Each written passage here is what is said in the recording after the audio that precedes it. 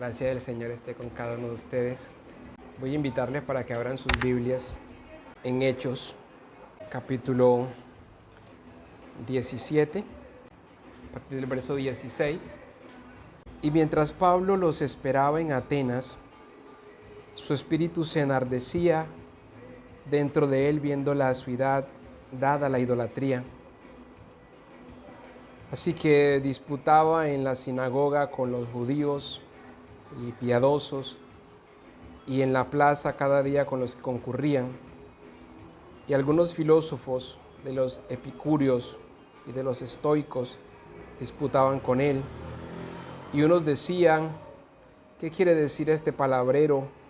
Y otros: parece que es predicador de dioses extraños, porque les predicaba a Jesús y la resurrección. Y tomándole lo trajeron al Areópago, diciendo: ¿podremos saber qué es esta nueva doctrina de que hablas? Porque traes a nuestros oídos cosas extrañas. Queremos pues saber qué quiere decir esto. Pues todos los atenienses y los extranjeros residentes allí en ninguna cosa pasaban el tiempo sino en decir o en oír alguna cosa nueva. Señor, muchas gracias por tu palabra que hemos leído. Deseamos que nos hables poderosamente, que podamos ser instruidos, Señor, que podamos ser conducidos cada día hacia ti. Suplico que seamos exhortados, pero también edificados y consolados en esta salvación que por gracia hemos recibido. En el nombre de Jesús. Amén. Para este tiempo Atenas era una ciudad muy rica, era centro de filosofía, era donde estaban las mejores universidades de la época. De aquí salieron los filósofos más importantes de la historia: Sócrates, Platón, Aristóteles, Pitágora. Atenas fue cuna de la ciencia, del arte, pero también heredamos de ello lo que es el sistema de gobierno que nosotros hoy podemos tener. En Atenas habían descubierto muchas verdades, pero les faltaba la más importante de todas. En Atenas tenían muchos dioses, pero les faltaba uno, el verdadero. Y esto es lo que me permite que estemos frente a un tema: el Dios verdadero. Vamos a mirar 3 encabezados a la luz de estos textos: la verdad sobre la cultura, la verdad sobre el discurso y la verdad sobre el resultado. Miremos entonces nuestro desarrollo. En primer lugar, la verdad sobre la cultura en Atenas. Atenas tenía una cultura religiosa, politeísta, como les había dicho. Eran amantes de las imágenes y de los dioses, pero también tenían una cultura muy académica y filosófica. Tenían también una gran inclinación a la poesía y eran muy interesados por las cosas nuevas. Pablo ha llegado aquí por causa de la predicación del Evangelio. Antes estaba en Berea y ahora se encuentra aquí en la espera de que llegue Silas y Timoteo para reunirse con ellos.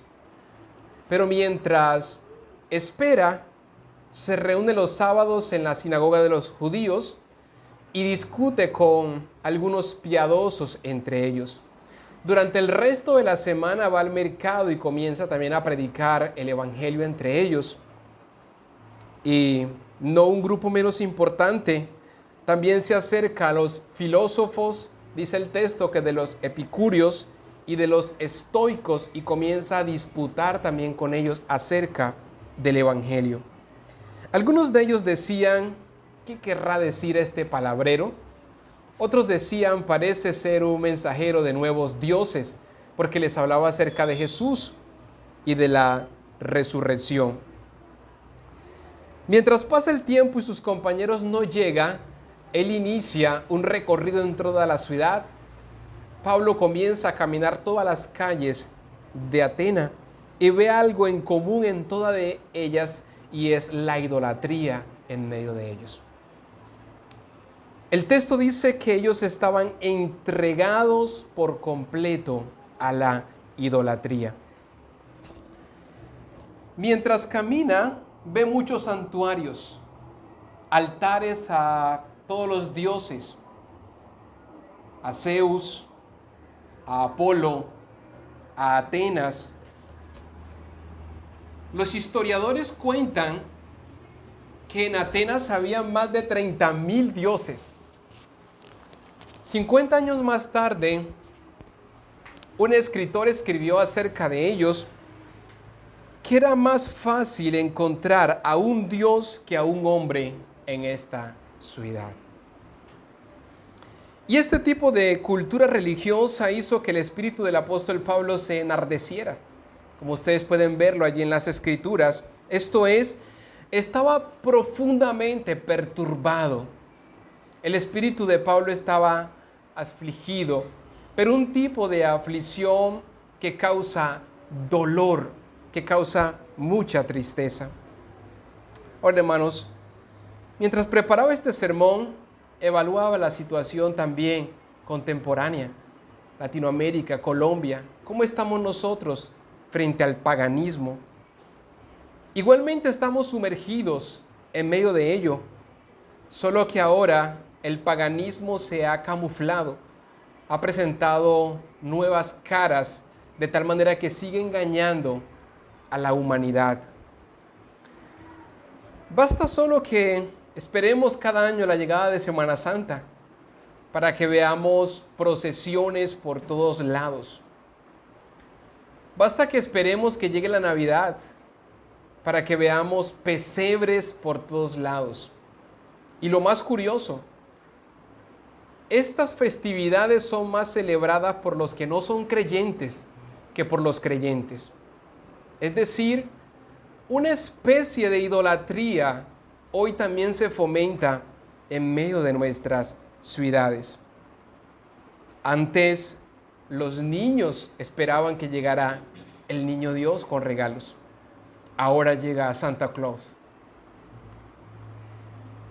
Amados, no falta con que viajemos para que miremos esculturas que representan a cada una de las ciudades, de los pueblos. Y lejos de mostrar nosotros desprecio sobre estas cosas, más bien lo que hacemos es sacar nuestro teléfono y tal vez tomarnos una foto frente a estas imágenes. Así que en vez de estar siendo transformados, lo que muchos creyentes hacen es conformarse a lo que hoy día es conocido como el paganismo. Pero los atenienses no solo eran idólatras, también eran amantes de la filosofía. Y eso lo miramos en el versículo número 18. Dice: algunos de los filósofos, de los epicúreos y de los estoicos disputaban con él, y unos decían: ¿qué querrá decir este palabrero? Y otros: parece que es predicador de nuevos dioses, porque les predicaba el evangelio de Jesús y de la resurrección. Para este tiempo habían dos grandes escuelas de la filosofía. Estaban los epicúreos y los estoicos. Los epicúreos creían que alcanzar el placer y evitar el dolor era la principal búsqueda del hombre. Ellos creían que todo lo que tenemos y lo que podemos disfrutar es aquí ahora. Así que ellos no pensaban en una vida después de la muerte. Mientras que los estoicos eran más bien indiferentes y creían que la búsqueda del hombre era tener dominio propio sobre las circunstancias y las emociones. Y Pablo llega ahora con un nuevo mensaje. Les predica el evangelio de Jesús y les habla acerca de la resurrección de entre los muertos. Pero es evidente que la gente en Atenas no conocía a Jesús y mucho menos había escuchado la historia de la resurrección. Pero como era una enseñanza nueva, despertó el interés de escuchar. Queremos que nos hables acerca de ello, porque solo se interesaban en decir o en oír las cosas novedosas. Amados, en nuestros círculos de iglesia hoy pasa algo semejante a ello. La gente está pendiente para escuchar lo novedoso del momento, lo que está pegado, el predicador más elocuente. Y de esto se escribió Pablo en Timoteo en su segunda carta, capítulo 4, versículo 3, porque vendrán tiempo cuando no sufrirán la sana doctrina, sino que teniendo comezón de oír se amontonarán maestros conforme a sus propias concupiscencias, y apartarán de la verdad el oído y se volverán a fábulas. Esto pasa en nuestros días. Personas que no les interesa escuchar una palabra limpia, sino que solo están interesados en poder escuchar lo novedoso del momento. Hoy se busca el predicador que tiene el rema de Dios, la profecía. Pero cuando se trata de la palabra de Dios, nunca se nos invita a ir al futuro. Más bien se nos invita a regresar al pasado. El profeta Jeremías, capítulo 6, versículo 16, por eso él dice: paraos en vuestros caminos y mirad y preguntad cuál es el buen camino y andad por él y hallaréis descanso para vuestras almas. En este sentido, si el mensaje es la última revelación y lo novedoso, dejó de ser el Evangelio, porque el Evangelio es histórico. El Evangelio es la senda antigua. Miremos ahora en segundo lugar el discurso de Pablo en Atenas, a partir del versículo 22. Entonces Pablo, puesto en pie en medio del Areópago, dijo: varones atenienses, en todo observo que sois muy religiosos, porque pasando y mirando vuestros santuarios, hallé también un altar en el cual estaba esta inscripción: al Dios no conocido. Al que vosotros adoráis pues sin conocerle, es a quien yo os anuncio. Si logramos ver la transición, Pablo primero predicaba a judíos piadosos, luego predicaba a los que concurrían en el mercado, pasó a compartir el evangelio con los filósofos, pero ahora está frente a la Corte Suprema de Justicia en Atenas. Le han llevado al Areópago para revisar las enseñanzas y mirar que éstas no representaran algún tipo de peligro para la sociedad. El Areópago era el alto tribunal en donde los magistrados sentados eran denominados areopagitas. Esto entiéndase como los jueces, quienes resolvían el derecho y los conflictos entre los ciudadanos. Y Pablo, puesto en pie en medio de ellos, dijo: observo que vosotros sois muy religiosos. Pablo no quiso como insultarlos. Pablo más bien lo que quiere decirles es: observo que ustedes son muy temerosos y tienen mucho respeto por las cosas sobrenaturales. Porque pasando y mirando vuestros santuarios, hallé también un altar en el cual estaba esta inscripción: al Dios no conocido. Al que vosotros adoráis sin ver, es a quien yo os anuncio. 600 años antes de la visita de Pablo, la historia cuenta que vino una plaga a la ciudad de Atenas y todos estaban preocupados porque la gente estaba muriendo. Epímedes, un filósofo y poeta, fue al Areópago y dijo: los dioses están airados con nosotros.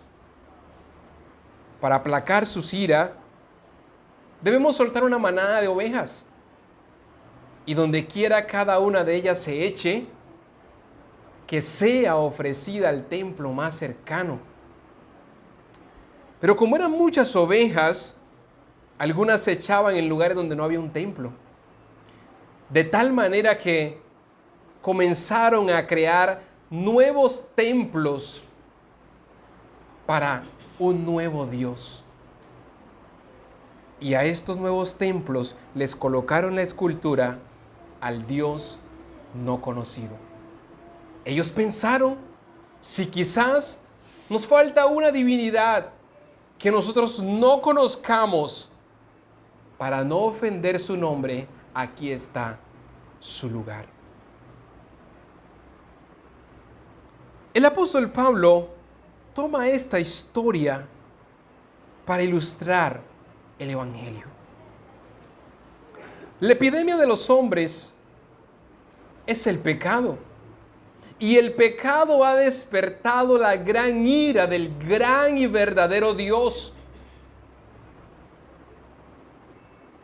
Pero este Dios ha enviado un cordero, quien ofreció su vida en expiación y muerte para salvar a todos aquellos que por la fe se acerquen a Él. Y no solo perdonará sus pecados, sino que también les dará vida eterna. Pero este cordero no solamente murió, sino que también resucitó, vive para siempre. Se llama Jesús. Y comenzó a presentarles a Jesús. Y Dios, pasando por alto ahora los tiempos de la ignorancia, ahora manda a todos los hombres en todo lugar que se arrepientan, porque vendrá un día en el cual juzgará a todos los hombres por medio de aquel que le levantó de los muertos, esto es, Jesús. Él es más que un monumento. Él es el Dios que hizo el mundo y todas las cosas que en ellos hay. Él es el Señor del cielo y de la tierra. No habita en templos hechos por manos humanas, no necesita de nada ni de nadie. Es quien da a todos vida y aliento a todas las cosas. De un solo hombre ha traído todos los hombres. Y no solamente ello, colocó límites a los días de cada uno. Colocó propósito en el hombre. Se dio a conocer por el hombre, porque por él vivimos, nos movemos y somos. Esta es la declaración del verdadero Dios. Y es interesante ver que Pablo en esta última frase enlaza una cosmovisión incorrecta que los atenienses tienen para aplicar una forma correcta acerca del Dios verdadero. En esta última declaración, Pablo está citando literalmente a dos poetas griegos y ambos exaltan las virtudes del dios Zeus, el dios de las alturas para ellos. El primero es el poeta cretense Epímedes, citando el discurso de Minos, hijo de Zeus, en honor a su padre. Él escribió lo siguiente: los cretenses cavaron una tumba para ti, oh Santo Altísimo, porque tú no has muerto para siempre, vives y resucitarás, porque en ti nosotros vivimos y nos movemos y tenemos nuestro ser.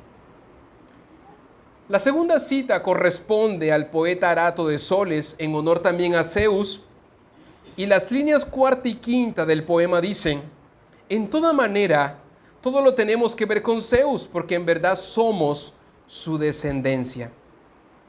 Y Pablo toma estos dos poemas para hablar acerca de que esto puede ser aplicado solamente a Cristo, el verdadero Dios. Porque en Cristo somos, vivimos, nos movemos y estamos. porque linaje de Él somos. Así que siendo pues linaje de Dios, ¿por qué pensar que la divinidad puede ser semejante a plata o a piedra o a escultura hecha de imaginación de los hombres? Esto no tiene sentido. Y de nuevo, Dios, pasando por alto los tiempos de la ignorancia, ahora manda a todos los hombres en todo lugar que se arrepientan. ¿Y cuál es la razón de este arrepentimiento? Porque ha destinado un día de juicio para todos los hombres. ¿Y quién es el juez? Jesús, el mismo que fue levantado de entre los muertos. Ahora miremos en último lugar, amados, los resultados del discurso en Atenas. Pero cuando oyeron de lo de la resurrección de los muertos, algunos se burlan, otros decían: queremos que otro día nos sigas hablando acerca de estas cosas, y otros creen. Iglesia, este es el mismo resultado que se va a originar siempre que tú prediques la palabra o la palabra sea expuesta en algún lugar. Algunos categóricamente la van a rechazar. Otros les va a parecer interesante y dicen: ¿cuándo regresas para que nos sigas hablando acerca de esto? Queremos seguir escuchando. Pero hay otro grupo, los que el Señor ha preparado su corazón, ha abierto su alma para que ellos entiendan el Evangelio. Estos pueden creer. Así como lo hizo con Lidia, Dios preparó el corazón. Cuando Pablo predicó, ella creyó en Cristo. Pero en este pasaje también encontramos estos efectos gloriosos que el Evangelio causa siempre que es expuesto. Hay un grupo de personas que creen. Dionisio. ¿Quién es Dionisio? El areopagita. Es decir, el que estaba en la Corte Suprema de Justicia cuestionando a Pablo sobre el discurso que estaba dando, ahora es uno que ha creído en Jesús y se ha unido a las filas del cristianismo para la gloria del nombre del Señor. Pero también dice el texto que creyó una mujer llamada Damaris y otros más creyeron en el Señor. Así que cuando el hombre quiso ridiculizar el Evangelio, cuando los hombres creyeron mostrar su filosofía y colocar su preponderancia, menospreciando un discurso del verdadero Dios, Dios terminó transformando todos los medios para convertir en un poderoso mensaje de salvación a los hombres. Y finalmente, amados, todo hombre tiene una necesidad de Dios en su corazón. Y todo hombre busca llenar el vacío que hay en él con algo o con alguien. En cierta ocasión leí en la portada de una revista: el hombre es un ser religioso. Algunos buscan llenar este vacío por medio de la filosofía, como pasaba en Atenas. Otros, por medio de las imágenes, buscarán acercarse a Dios o los considerarán como su Dios. Otros tendrán el dinero. Algunos se unirán a algún tipo de religión. Pero el hombre tiene un vacío en su corazón que busca cómo suplirlo. Pero lo que muchos no saben es que están adorando a un falso Dios. Los que muchos no saben es que se están entregando a una falsa adoración. Lo que muchos no saben, incluso en el pueblo de Dios, es que aunque dicen conocer a Dios, no conocen a Dios. Y en el peor de los casos lo adoran de manera incorrecta. Hace algunos años, en conjunto con otros jóvenes, hacíamos eventos y llegó tanto público que decidimos sacar el sonido y todas las cosas para afuera de la iglesia. No tardó mucho tiempo en que se viera un fuerte aguacero y todos empezamos a correr buscando la forma de que las cosas no se nos deterioraran por el agua. Y de repente va pasando un joven, algo delgado, pequeño, y el líder de logística lo llama en un tono algo enojado: ¡Joven! ¿No ves que nos estamos mojando? ¡Ayúdenos! Y este joven se regresa muy humildemente y comienza a subirse cosas en el hombro y a cargar hasta terminar. Y luego, otro joven se le acercó al organizador y le dijo: aquel joven a quien llamaste en ese tono algo enojado era el pastor de la iglesia.